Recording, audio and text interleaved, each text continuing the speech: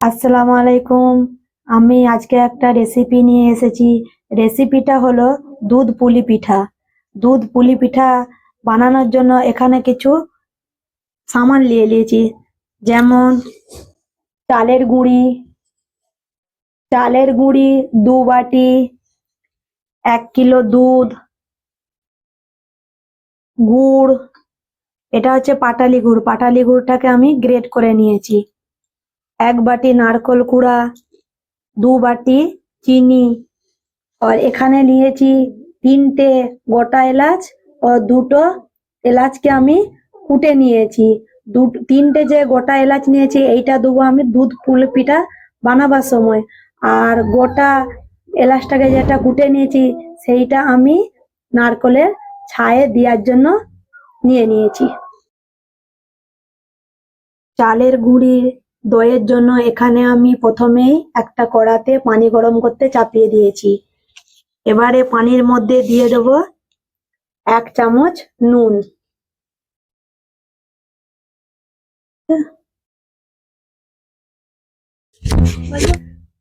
পানিটা ভালোভাবে ফুটে গেছে, এর মধ্যে দিয়ে দেবো চালের গুঁড়ি। সামান্য সামান্য চালের গুঁড়ি দিতে থাকবো এবং ভালোভাবে নাড়াতে থাকবো।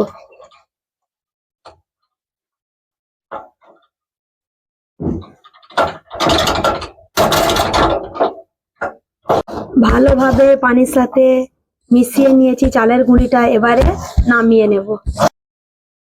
আটার দোটাকে ভালোভাবে ছেনে নিয়েছি, এই যে দেখুন। এবারে একে এক সাইডে রেখে দেব। নারকলের ছাই করার জন্য এখানে একটা কড়া বস করে দিয়েছি, এর মধ্যে দিয়ে দেব নারকল কোড়া।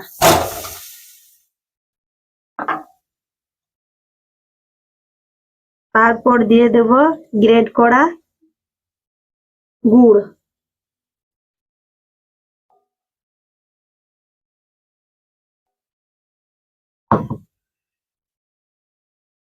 দুটোকে ভালোভাবে মিশিয়ে নেব।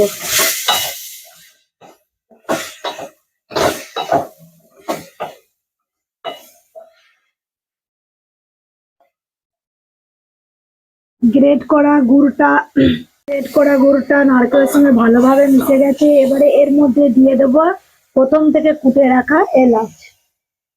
এলাচটাকে আপনাদেরকে প্রথমেই দেখিয়েছিলাম, আমি কুটে রেখে দিয়েছি।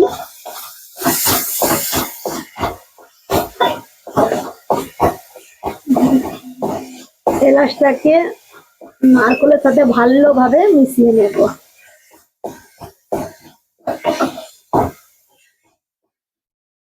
ভালো করে মিশানো হয়ে গেছে, এরপর গ্যাসের ফ্লেমটাকে বন্ধ করে দেবো। নারকলের ছাইটা তো হয়ে গেল। নারকলের ছাইটা কিছুক্ষণ ঠান্ডা করতে দেব। ঠান্ডা হয়ে গেলে এরপরে আমরা পিঠেটা বানাতে আরম্ভ করব।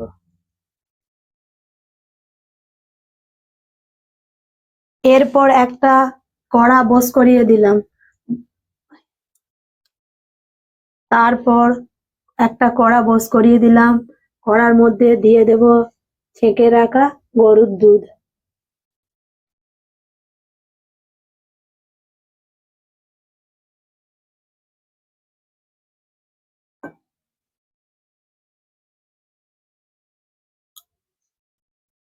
আর 3টে ফাটিয়ে এলাচ দিয়ে দেব।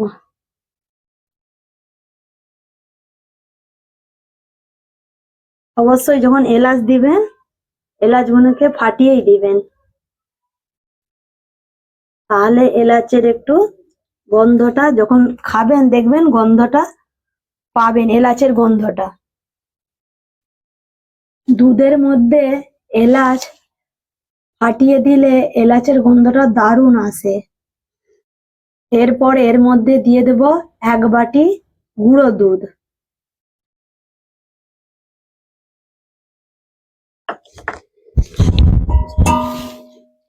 গুঁড়ো দুধটা ভালোভাবে মিশিয়ে নেব।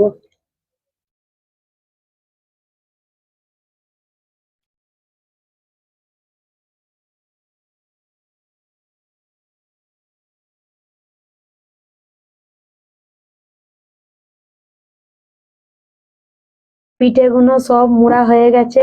এবারে দুধটা ফুটে গেছে। এবারে পিঠেগুলো দুধের মধ্যে দিয়ে দেব।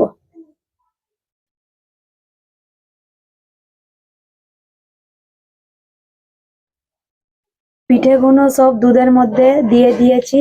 এবারে সিদ্ধ করার জন্য 10 মিনিট ছেড়ে দেব। 10 মিনিট ভালোভাবে ফুটে গেছে। এরপরে এর মধ্যে দিয়ে দেব চিনি।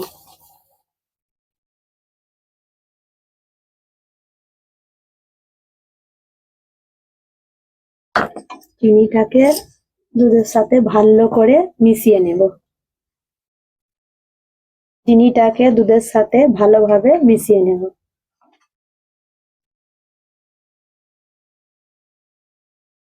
পিঠেগুলোকে এমন ভাবে নাড়াতে হবে যাতে না ভেঙে না যায়।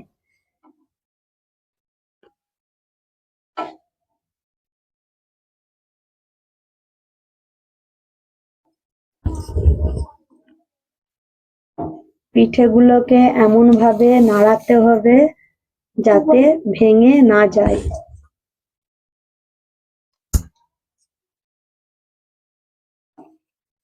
চিনিটা দেওয়ার পরে আরো 5 মিনিট ফুটিয়ে নেব।